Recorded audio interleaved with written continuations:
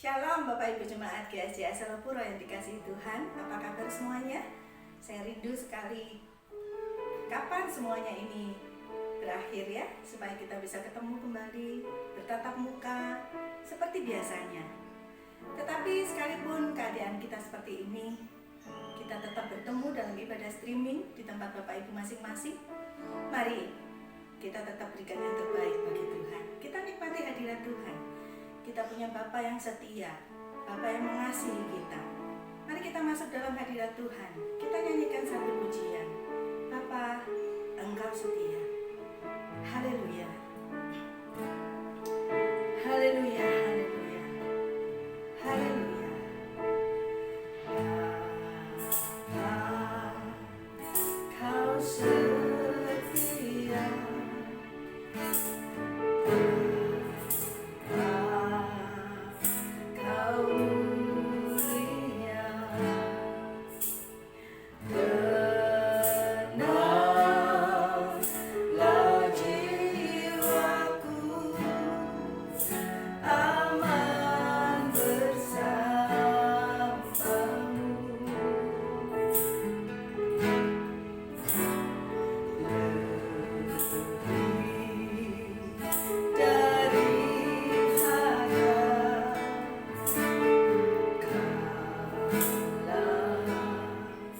Setiamu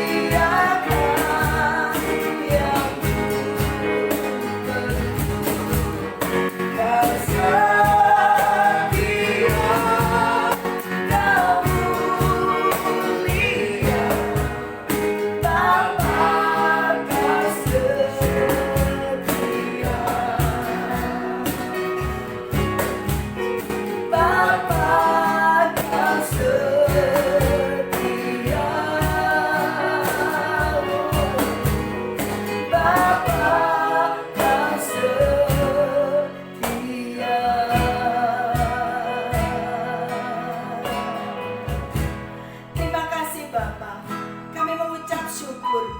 Kami memiliki Allah yang hidup. Kami memiliki Bapa yang setia, yang memperhatikan kami satu demi satu setiap hari. Tidak ada yang terlewati, tidak ada yang tidak Engkau pelihara. Pagi hari ini kami bersekutu di dalam doa, di dalam ibadah. Hadirlah Tuhan, terimalah persembahan pujian kami. Terima kasih Tuhan Yesus yang baik. Di dalam nama Tuhan Yesus Kristus kami sudah berdoa. Yang percaya katakan dengan saya, amin. Puji Tuhan Bapak Ibu yang dikasihi oleh Tuhan. Kita patut bersyukur kepada Tuhan. Kita punya Allah yang hidup. Kita punya Allah yang selalu melakukan pekerjaan yang hebat, yang membuat kita heran akan pekerjaannya. Kita nyanyikan satu pujian, Allah kita heran dan besar. Amin. Kita pujikan dengan sungguh-sungguh. Amin. Haleluya.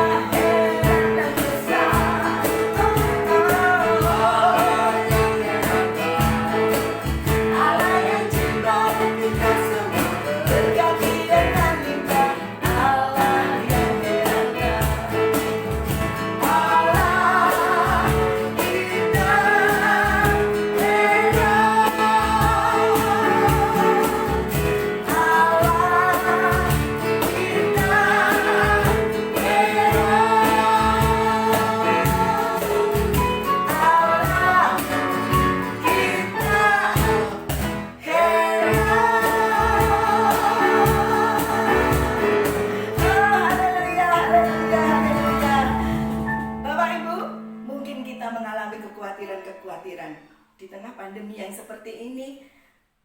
Nanti aku daganganku tidak laku. Dari mana aku dapat uang? Atau mungkin khawatir yang lain. Bagaimana kalau aku ketularan dan aku sakit? Serahkan segala kekhawatiranmu kepada Tuhan, karena Dia yang akan memberikan kelegaan kepadamu. Ada satu pujian Jawa, ya, kita harus berserah kepada Tuhan. Dengan kata lain, kita apa? Kita gandol Gusti. Mari kita gandol Gusti bareng-bareng ya. Amin. Haleluya. Gandol Gusti, gandol Gusti, gandol Gusti. Saben dina, dina wengi gandol Gusti. Gandol Gusti, gandol Gusti, gandol Gusti. Saben dina, dina wengi gandol Gusti. Mula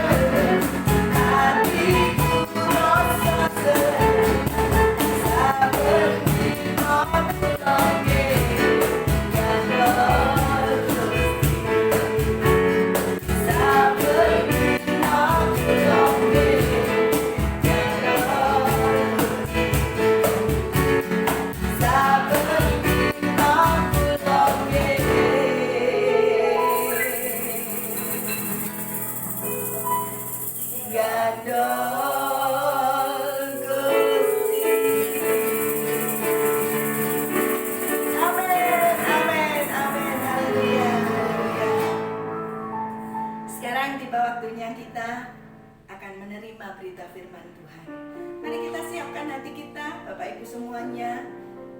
Beri ruang yang terbaik di hatimu untuk firman Tuhan ditaburkan. Kita masuk dalam hadirat Tuhan seperti seorang wanita yang duduk di kaki Tuhan, mengurapi Tuhan,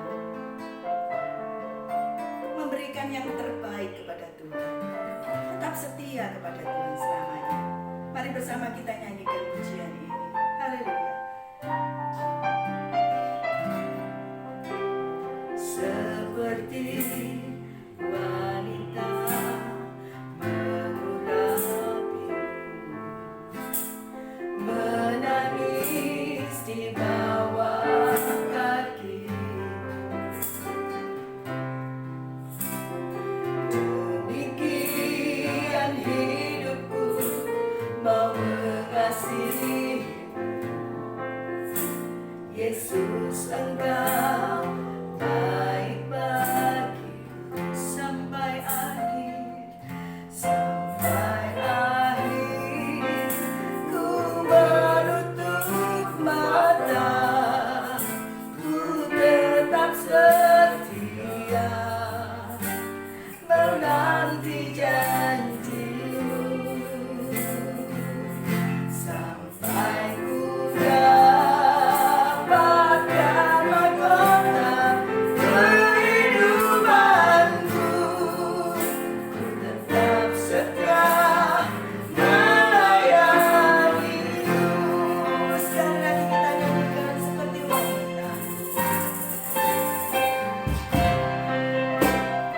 Seperti wanita mengurapimu,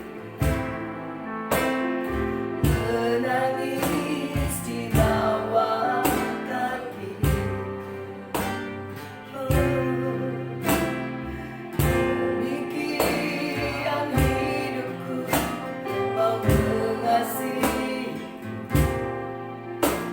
Yesus, Engkau baik bagiku sampai akhir, sampai akhir. Ku menutup mata, ku tetap setia menanti janjimu, sampai ku dapatkan mahkota kehidupanku. Ku tetap setia melayanimu sampai akhir, sampai akhir. Ku menutup mata, ku tetap setia menanti janjimu,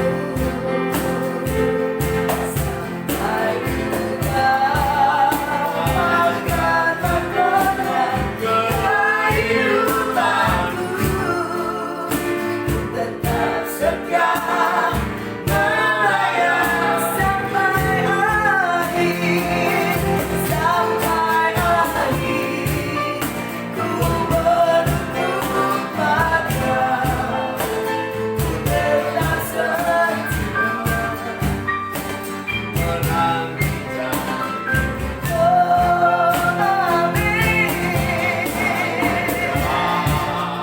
Bahkan mahkota kehidupanku, ku tetap setia melayanimu, tetap setia, tetap setia melayanimu,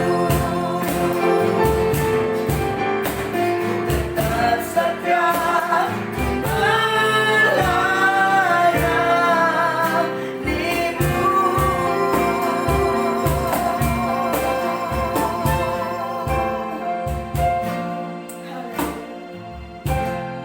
Waktu selanjutnya saya serahkan kepada hambanya yang akan menyampaikan firman Tuhan. Bapak Ibu, mari kita akan berdoa sebelum kita mendengarkan kebenaran firman Tuhan. Kita berdoa. Tuhan Yesus, saat ini kami bersyukur kepadamu, puji-pujian yang boleh kami naikkan kiranya menjadi dupa yang berbau harum di hadapan Tuhan. Dan saat ini kami akan mendengarkan kebenaran firman-Mu, kiranya firman-Mu termeterai di dalam hati kami, menjadi rema di dalam hidup kami, dan mohon kuasa Roh Kudus-Mu menolong kami, mengurapi kami, menerjemahkan dengan jelas kepada kami semua. Di dalam nama Tuhan Yesus Kristus kami berdoa mengucap syukur. Haleluya. Amin. Puji Tuhan. Bapak Ibu yang dikasihi oleh Tuhan, kita akan membuka kebenaran firman Tuhan yang tenar, yang terkenal, salah satu ayat yang cukup terkenal di dalam Alkitab kita, yaitu di dalam kitab Yakobus pasal yang kelima. Yakobus pasal 5 ayat yang ke-17 dan 18. Saya akan bacakan firman Tuhan ini buat kita semuanya, ya. Yakobus pasal 5 ayat 17 dan 18. Elia adalah manusia biasa, sama seperti kita, dan ia telah bersungguh-sungguh berdoa supaya hujan jangan turun. Dan hujan pun tidak turun di bumi selama 3 tahun dan 6 bulan. Lalu ia berdoa pula, dan langit menurunkan hujan, dan bumi pun mengeluarkan buahnya. Ada satu kalimat di sini yang cukup menghibur bagi setiap hamba-hamba Tuhan, bagi setiap kita semua anak-anaknya Tuhan, bahwa fakta menyebutkan Elia, Alkitab di sini menyebutkan bahwa Elia adalah manusia biasa. Padahal kalau kita memperhatikan kehidupan Elia, bahwa Elia itu adalah orang yang luar biasa. Bagaimana tidak? Dia berdoa, menahan langit untuk tidak menurunkan hujan selama 3 tahun dan 6 bulan. Itu sungguh luar biasa. Kemudian Elia juga mempunyai hal-hal yang sama sebenarnya dengan kita, ya. Kita mempunyai emosi, Elia juga punya emosi. Elia pernah menderita, di dalam penderitaannya, di dalam kelemahannya Elia juga punya keinginan, ya. Elia juga punya rasa emosi yang meluap-luap, gembira dan lain sebagainya. Itu adalah ciri khas tentang manusia biasa. Namun demikian, apa yang dihasilkan di dalam hidup Elia adalah sesuatu yang luar biasa. Dan Alkitab mencatat itu. Firman Tuhan menyebutkan bahwa Elia tidak mati. Dia diangkat oleh kereta berapi dan dia naik ke surga dengan tidak melalui kematian. Itu kan sesuatu yang luar biasa. Kemudian ketika Musa dan Elia hadir ketika Tuhan Yesus dimuliakan di atas bukit Tabor, ada 2 oknum lain, yaitu Elia dan Musa selain Tuhan Yesus. Itu menandakan bahwa Elia salah satu nabi yang luar biasa keberadaannya. Tetapi kembali kepada ayat firman Tuhan, di dalam kitab Yakobus disebutkan bahwa Elia adalah manusia biasa. Tetapi ingat, Elia dapat menghasilkan apa saja yang dilakukan di dalam hidupnya, menghasilkan sesuatu yang luar biasa. Tolong ini digaris bawah. Katakan kepada kanan kiri Bapak Ibu, Elia manusia biasa. Kita juga manusia biasa. Bisa menderita, bisa senang, bisa susah, bisa mengalami kelemahan dan lain sebagainya. Katakan kepada kanan kiri Bapak Ibu bahwa kita adalah manusia biasa. Satu waktu Bapak Ibu yang dikasih oleh Tuhan, ada seorang karyawan berkonsultasi dengan kami, ya, berkonsultasi, ngobrol lah gitu intinya. Sementara ada tugas-tugas yang harus saya kerjakan sebelum terjadi pembicaraan itu lewat telepon. Bapak Ibu yang dikasih oleh Tuhan, karyawan ini menceritakan tentang pimpinannya, tentang bosnya, bagaimana dia mengalami kesulitan dan mengalami yang namanya akhirnya kesulitan itu menumpuk dan akhirnya mengalami kepahitan di dalam hidupnya. Bosnya tidak benar, bosnya begini begitu dan lain sebagainya. Seperti itu kira-kira keberadaan daripada karyawan ini. Nah, Bapak Ibu yang dikasih oleh Tuhan, panjang ceritanya, sampai 1 jam lebih itu ada di telepon sampai telinga saya panas, HP juga saya panas. Tapi saya juga harus mendengarkan dan kemudian minta pertolongan yang daripada Tuhan. Karena saya juga harus mengerjakan tugas-tugas yang lain selain mendengarkan apa yang menjadi keluhan-keluhan daripada seorang karyawan ini. Kemudian Tuhan memberikan hikmat begini. Boleh saya potong kalimat ini? Kalimat Bapak saya potong dulu. Saya sudah cukup mengerti alur dan jalan ceritanya seperti ini dan sebagainya. Kemudian saya sampaikan seperti ini. Bos Bapak itu adalah manusia biasa.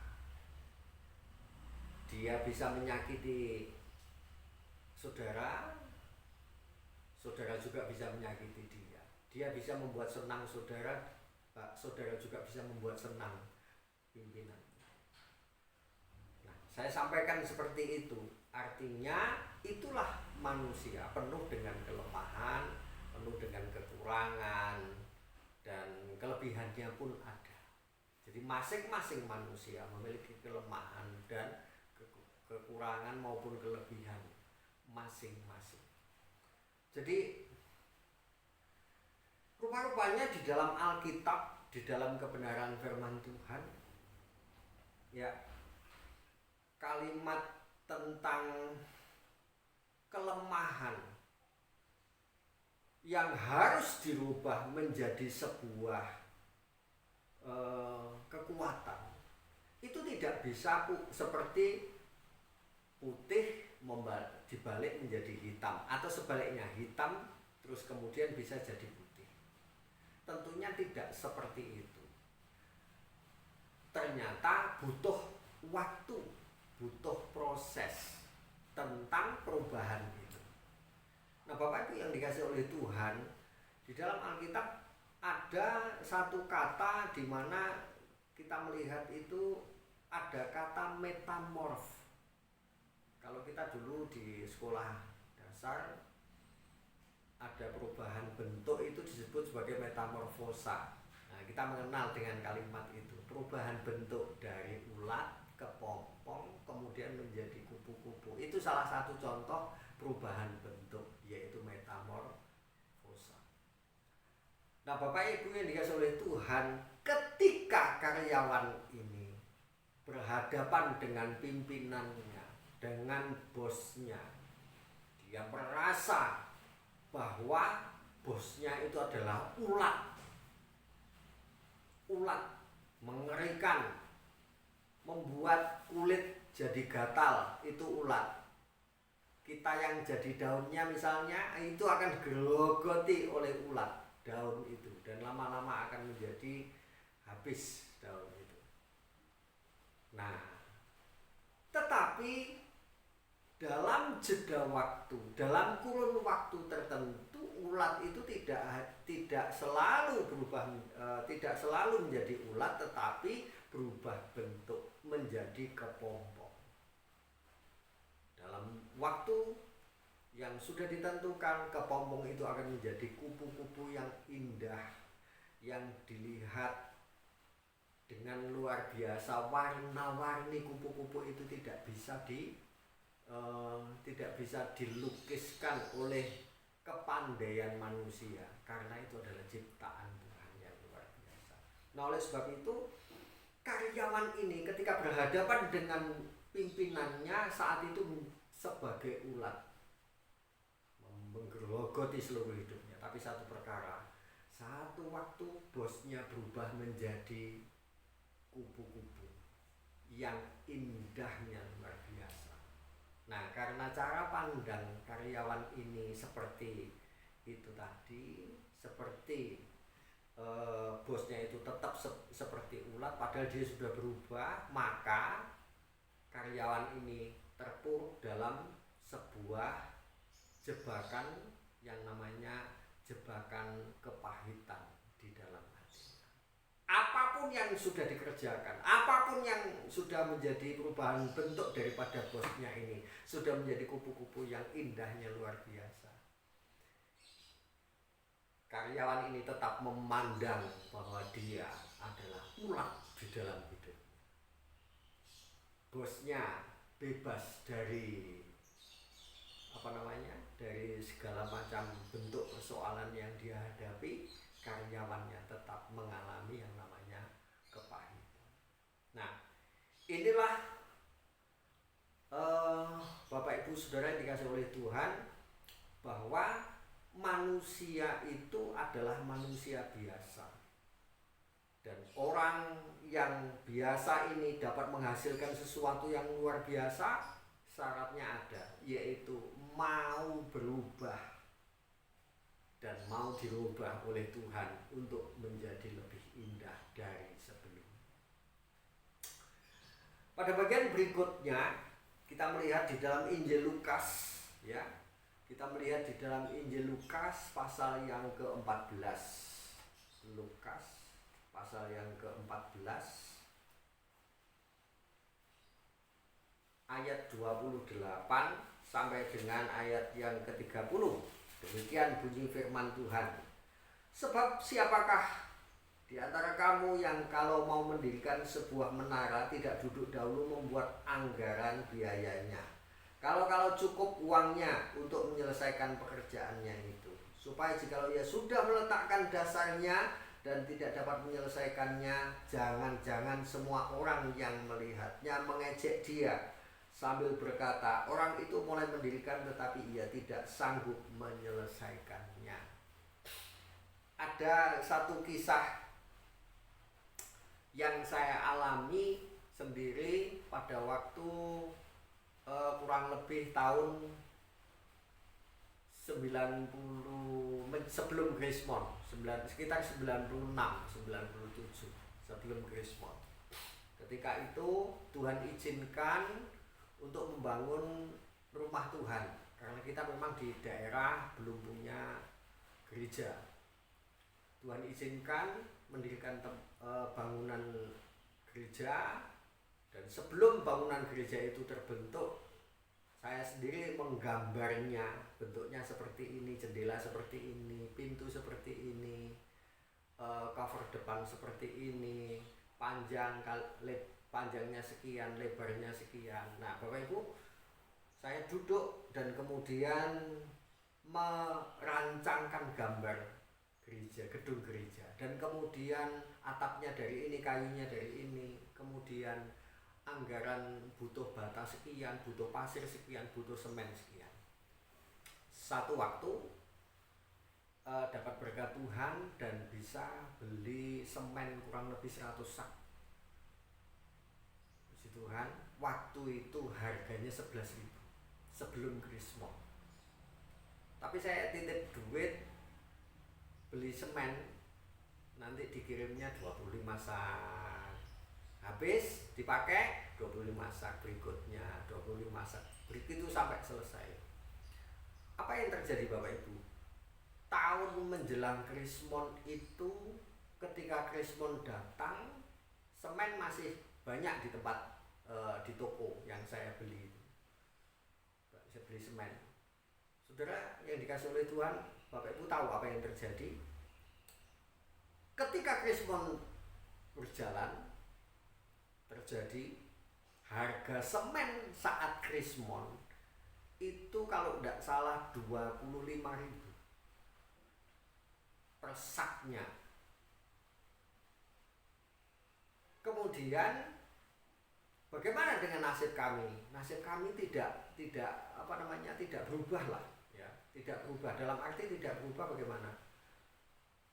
Tetap kita punya semen yang jumlahnya tinggal 75 sak itu tadi, yang 25 sudah diambil, tinggal 75 sak. Tetap punya semen sejumlah 75 sak. Dengan tidak mengalami perubahan, karena saya sudah beli dari awal sebelum Krismon semennya 11.000.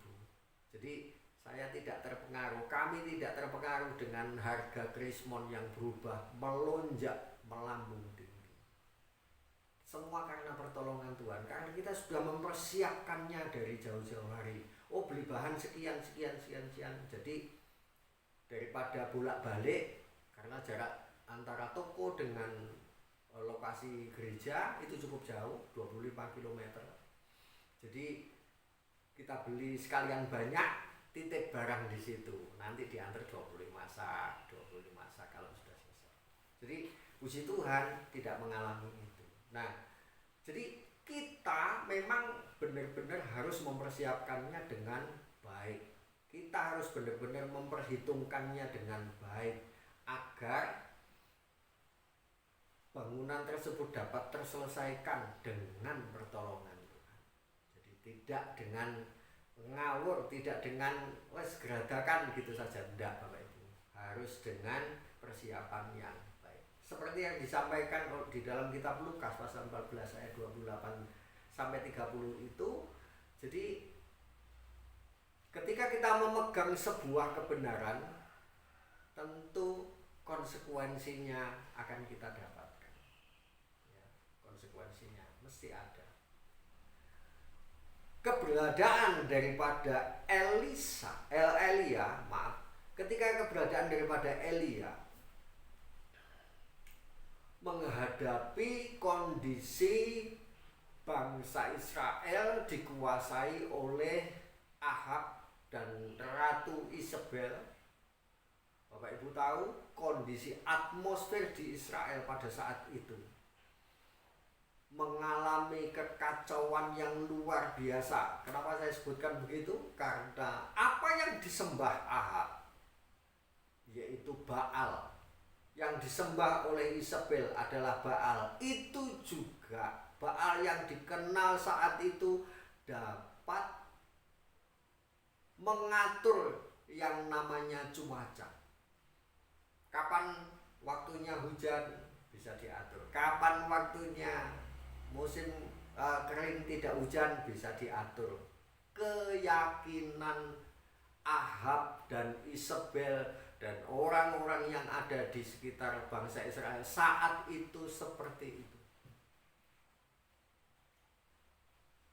Yang dikatakan oleh Elia sebenarnya bukan melawan Ahab ataupun Isabel, tetapi melawan Baal yang mendominasi kekuasaan saat itu. Bapak Ibu bisa bayangkan, yang ditantang oleh Elia bukan Ahab, bukan Isabel, tetapi yang ditantang oleh Elia adalah penguasa daripada Ahab dan Isabel, yaitu Baal. Apa yang terjadi ketika hal itu ada di dalam kehidupan Elia? Dia sudah menyampaikan kebenarannya, dia sudah menyampaikan tantangannya. Apakah Elia tidak mengalami dampaknya, Bapak Ibu? Dia mengalami dampaknya. 3 tahun dan 6 bulan Israel dan seluruh tanah Timur Tengah pada saat itu mengalami kekeringan. Demikian juga yang dialami oleh Elia. Elia juga mengalami kekeringan. Apakah ada perbedaan? Tidak ada. Kemana Elia pergi, di situ turun hujan. Bisa untuk minum, bisa untuk membasahi dirinya dari kekeringan itu. Enggak, Bapak Ibu, tidak ada perbedaan. Justru ketika itulah Elia dibawa Tuhan ke pinggir, ke dekat Sungai Kerit. Bapak Ibu tahu Sungai Kerit itu? Sungai Kerit itu adalah tempat Elia bertumbuh. Artinya Elia bertumbuh dari kecil sampai besar di dekat Sungai Kerit itu. Dia tahu kondisi yang sebenarnya, dia tahu kondisi Sungai Kerit itu, lingkungan sekitar tahu, ngerti daerah itu. Artinya dia bisa makan di daerah itu. Jadi kalau Elia ada di Sungai Kerit dan dia dipelihara oleh Tuhan dengan kiriman burung gagak berupa roti dan daging, itu adalah bukti penyertaan yang daripada Tuhan. Dia menanggung resiko ketika dia mengucapkan kalimat-kalimat kebenaran firman Tuhan. Banyak di antara kita enggan untuk menanggung resiko. Ketika kita sudah mengucapkan kebenaran firman Tuhan, kita bisa ngomong tentang kebenaran firman Tuhan, tapi untuk menanggung resikonya kadang-kadang kita melarikan diri. Untuk menanggung resikonya kadang-kadang kita tidak mau. Orang lain yang menjalankan kebenaran, kita yang bicara. Nah, kadang-kadang seperti itu, Bapak Ibu.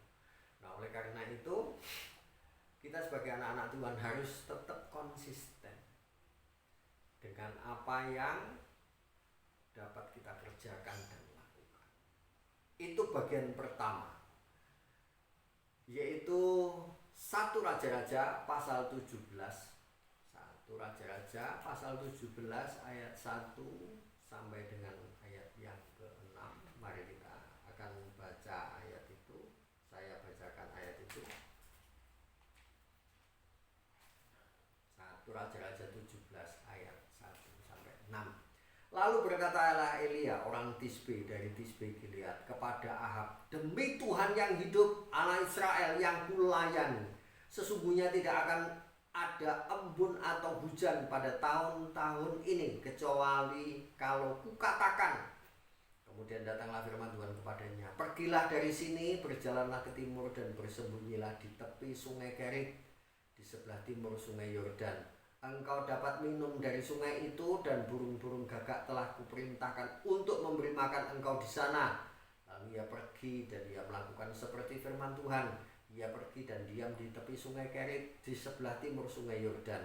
Pada waktu pagi dan petang burung-burung gagak membawa roti dan daging kepadanya, dan ia minum dari air itu. Konsekuensi dari apa yang sudah dia sampaikan adalah sama-sama mengalami yang namanya kekeringan. Apakah Elia tidak menderita? Menderita, Bapak Ibu. Sama seperti bangsa Israel yang lain, sama seperti penduduk Timur Tengah yang lain pada saat itu, ya. Tetapi itulah yang luar biasa. Ketika kita berani menyampaikan kebenaran firman Tuhan, ada konsekuensi yang harus kita ambil, yang harus kita tanggung untuk sebuah kebenaran, yaitu kebenaran firman Tuhan.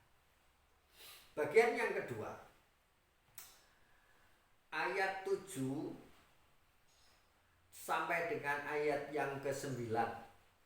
Ini bagian kedua. Kalau kita membaca ayat-ayat ini, maka ada satu pelajaran di mana disebutkan bahwa di tengah-tengah tidak mempunyai apa-apa, janda Sarfat itu memberi kepada Elia. Itu pelajaran yang biasa kita dengar, yang sering kali kita dengar, yang sering kali kita pelajari. Di tengah-tengah penderitaannya janda Sarfat, dia masih mengutamakan hamba Tuhan, mengutamakan Tuhan lewat hamba Tuhan. Tapi mari saya akan melihat dari sisi yang lain. Kita akan melihat dari sisi yang lain. Saya bacakan ayat ini. Ayat 7. Tetapi sesudah beberapa waktu sungai itu menjadi kering sebab hujan tiada turun di negeri itu. Maka datanglah firman Tuhan kepada Elia, bersiaplah pergi ke Sarfat yang termasuk wilayah Sidon dan diamlah di sana. Ketahuilah aku telah memerintahkan seorang janda untuk memberi engkau makan. Tolong digarisbawahi Bapak Ibu tentang kata Sidon. Ya. Bersiaplah pergi ke Sarfat yang termasuk wilayah Sidon. Bapak Ibu yang dikasihi oleh Tuhan, Bapak Ibu tahu Sidon itu tempatnya siapa? Kalau kita membaca di dalam pasal sebelumnya, pasal 16 ayat yang ke-29 sampai 31, di situ disebutkan Ahab anak Omri menjadi raja atas Israel dalam tahun ke-38 zaman Asa, raja Yehuda. Dan Ahab bin Omri memerintah 22 tahun lamanya atas Israel di Samaria.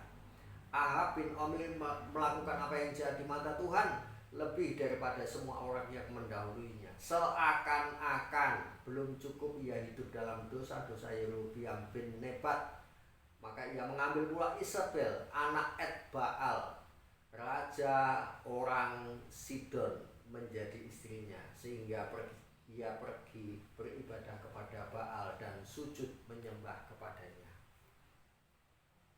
Sidon tempat asalnya siapa?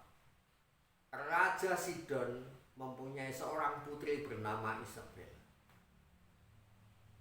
Jadi kalau tadi pada bagian pertama disebutkan bahwa Elia ada di dekat sungai Kerit, itu adalah tempat dia bertumbuh dari kecil besar sampai dewasa.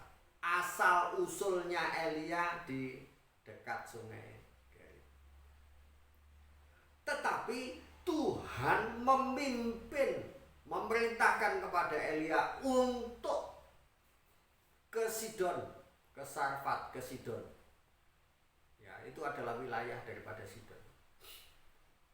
Yang notabene-nya adalah tempat kediaman asal usul daripada Isabel. Mendengar kata Sidon yang adalah asal usul daripada Isabel, Elia itu sebenarnya sudah gemetar. Bersembunyilah di sana. Aku sudah memerintahkan, Tuhan berkata, Tuhan berfirman kepada Elia. Bersembunyilah di situ. Ketika Isabel marah, cari Elia sampai dapat, bunuh dia. Nah, itu rencana daripada Isabel. Tetapi ketika Tuhan menyembunyikan Elia di wilayah Sidon, kira-kira prajurit yang diperintahkan oleh Isabel untuk mencari Elia, akankah prajurit-prajurit itu mencari Elia di wilayahnya Sidon, di tempat asal usul daripada Isabel? Enggak bakal, Bapak Ibu. Ya, itulah cara Tuhan memelihara hambanya, memelihara Elia dari cengkeraman Isabel. Luar biasa. Dua bagian ini Tuhan membawa kita, itu yang pertama, Tuhan membawa kita di daerah kita masing-masing supaya kita bisa makan di situ. Kalau kita bisa makan di daerah kita masing-masing, di daerah asal kita, maka Tuhan pun akan membawa kita ke daerah yang lain. Tentunya kita akan bisa makan di sana. kita akan diberkati, kita akan melakukan sesuatu yang luar biasa di sana. Tetapi kalau di daerah kita sendiri tidak bisa makan atau mengalami kesulitan dalam hal kehidupan kita, dalam hal diberkati dan menjadi luar biasa di dalam hidup kita, maka di tempat lain yang kita tidak biasa, kita akan mengalami kesulitan untuk makan di sana. Bapak Ibu yang dikasihi oleh Tuhan, dimanapun Tuhan membawa kita, di situ kita hidup dan menjadi berkat. Itu adalah yang terutama di dalam hidup kita. Maka dari itu, marilah kita sebagai anak-anak Tuhan, dimanapun kita berada, kita bisa hidup, kita bisa menjadi berkat. Dimanapun emas itu ditempatkan, mutiara atau permata itu ditempatkan, dia akan tetap menjadi mutiara, dia akan tetap menjadi emas, dia akan tetap menjadi permata di tempat yang lain. Tuhan Yesus kiranya memberkati kita semua. Saya percaya kebenaran firman Tuhan ini akan memberkati kita, akan memberkati kita, dan Tuhan memberkati. Kiranya Roh Kudus meneruskan, menerjemahkan dengan lebih gamblang lagi bagi kita. Tuhan Yesus memberkati. Kita akan berdoa. Tuhan Yesus, mengucap syukur buat setiap kebenaran firman-Mu, meteraikan apa yang sudah kami dengar, meteraikan apa yang sudah kami nikmati pada saat ini Tuhan. Kami percaya bahwa Tuhan menerjemahkan lebih gamblang lagi di dalam kehidupan kita. Terima kasih Bapa, terima kasih Tuhan Yesus. Berkati umat-umat-Mu yang sudah mendengarkan firman-Mu, yang sudah beribadah bersama-sama pada pagi hari ini di rumah masing-masing. Kiranya damai sejahtera Allah memberkati kita semua. Kita angkat tangan kita di hadapan Tuhan, kita terima berkat Tuhan. Kekasih-kekasih Kristus, terimalah berkat dan anugerah yang besar dari Allah Bapa, cinta kasih sayang dari Yesus Putra Allah yang kudus, di dalam persekutuan pengentaran pengurapan yang baru kembali di dalam Roh Kudus, yaitu di dalam nama Tuhan Yesus Kristus, menyertai kita sekalian saat ini sampai Kristus datang kali yang kedua. Tuhan Yesus memberkati. Haleluya. Amin. Puji Tuhan, Bapak Ibu yang dikasihi oleh Tuhan, tetap semangat. Selamat hari Minggu. Tuhan Yesus memberkati dan tetap sehat.